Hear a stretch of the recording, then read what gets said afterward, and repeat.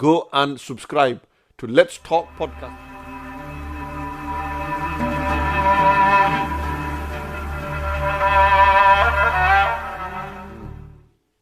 Perhaps the government announced eat out, help out. Yeah.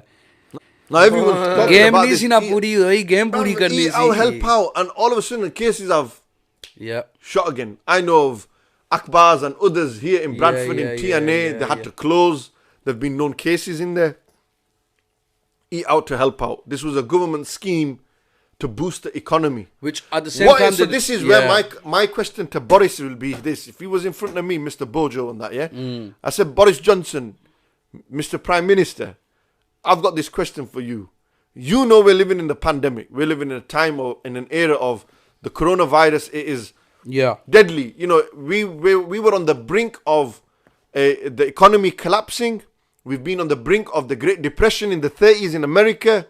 We've been on the brink of, you know, possibly this was worse than, and I don't mean to say this in any rude way or any, in a unemotional capacity. It was like, you know, worse than the World War II. They were even saying that it's that bad. Yeah, this is the worst crisis we faced since World War II. Since World War II. And all of a sudden, the Prime Minister is saying, eat out, help out, takeaways, restaurants have jumped on the bandwagon. They're getting a percentage from the government, from HMRC. All of a sudden, cases are increasing. My question is, has the tide turned from saving lives to saving the economy now? Very good. Because I tell you what, you know, what's your concern? And I think the government was confused. They didn't know whether they saved the economy of this country or they were going to save the lives of people. Before I forget the point, you made the point there that were they saving us from the virus or were they saving the economy, right? But I'm just going to dumb everything down just for a second, yeah? And just help me out on this one a little bit. 50% off, that 50% the government is giving. The government is getting that from the pot that they're going to have to pay back to, the same pot that the bounce back loans came from, the same pot that the furlough came from, the same pot that the grants came from.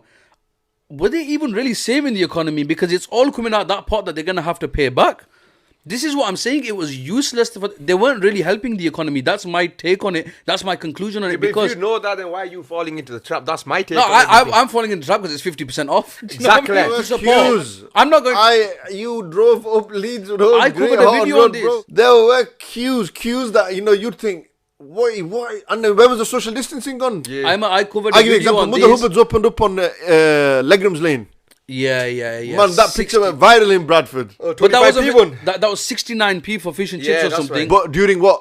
During this. See, I made a video on this at the time. I don't know if you remember seeing it. I started off on top of Leeds Road, where Cafe is, Cafe de Akbar. Yeah. Started there, made my way all the way down, and I kid you not, this was in the first couple of days of Eat Out to Help Out. So we've gone down, and in there I mentioned a couple of points. One of them being that. And that was a massive conspiracy, which I myself don't believe in at the point. That if you remember correctly, and this is a major point to remember, that at that same time, the track and trace system came out initially.